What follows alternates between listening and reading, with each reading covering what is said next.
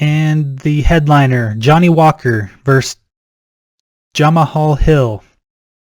Walker coming in as a plus 200 underdog versus Hill, negative 240 favorite.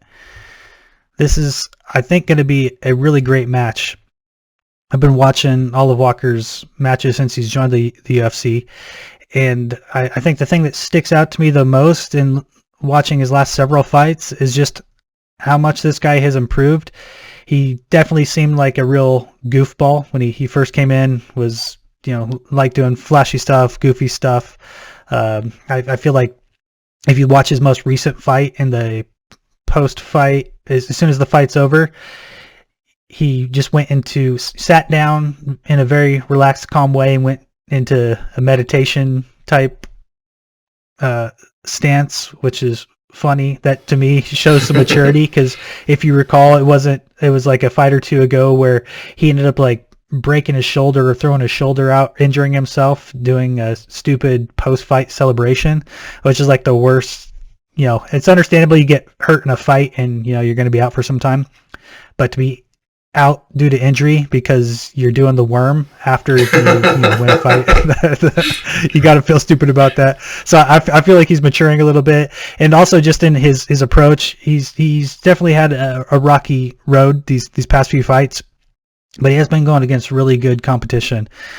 He's been able to take advantage of some sloppy wrestling technique, like I mentioned earlier in Badeau's fight, where in his last fight, the guy comes in, takes a shot, leaves his head around waist level, and he starts throwing those elbows behind the ear.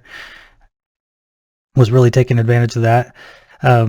Hill, in his last fight, he was on an 8-fight win streak before losing to Paul Craig, which, if you recall, in that fight against Paul Craig, it was one of the grossest submissions I'd ever seen, where Paul Craig got him in an arm bar, and his arm just snapped and started flopping around like a fish, and the ref didn't stop it. He just kept going. So I guess one thing is, that Hill is very tough. He's not going to tap, apparently, even when his arm is literally snapped in half, which is absolutely crazy.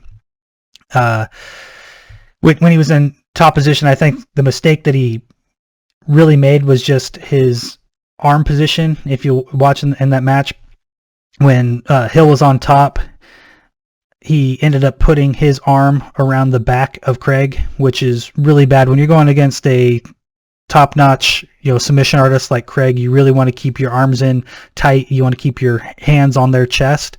You don't want to be wrapping your arms around them and giving them leverage or anything. But besides that fight, in his last fight against Jimmy Crute, he actually had a KO win, and Jimmy Crute is, a really tough guy, a great wrestler, and he was able to come off of having his arm snapped like it was to having that KO against Crute. I don't feel like that arm snap is going to be necessarily a factor based on what I saw in his last fight. As far as picks go, I think Walker's much more explosive. I think he's had a lot of, he's got a lot of raw talent that over the past few years his coaches have really been refining, even though it hasn't been coming out in the results. He's definitely matured and been improving his techniques and his approach, even though the results haven't shown it. So I'm going to pick Walker to win in this one. What are your thoughts? Definitely an interesting fight. One of the things that I think will make a big difference is Jamahal Hill, however you say his name. I look back at his fight against OSP, Ovid St. Preux, and how he was able to finish him. He's fighting these guys who are coming in to knock him out, and despite him losing, in that gruesome way against Paul Craig, he is really like maturing and able to change, and he's a pretty tall guy. He's 6'4", but so's Walker. What's Walker, like 6'7", 6'8"? 6'6". 6'6". So it'll be interesting to see the taller guys of the weight class coming. Walker, was calling out for title shots and looking to get his name in the title shot picture until he started losing, and it's frustrating because you want to see these guys up and coming, like be the next big thing, be a big deal, And when they believe it, it's great. But I feel like he was, you know, a victim of his own, not arrogance, but cockiness, strength, whatever. Because he's definitely fought different since he started losing. You know, he's been in more decision fights since that loss. He went from not, you know, TKOing everybody to, you know, 2 of his last 3 fights, which were losses, were decision losses. So I'd like to see him continue that.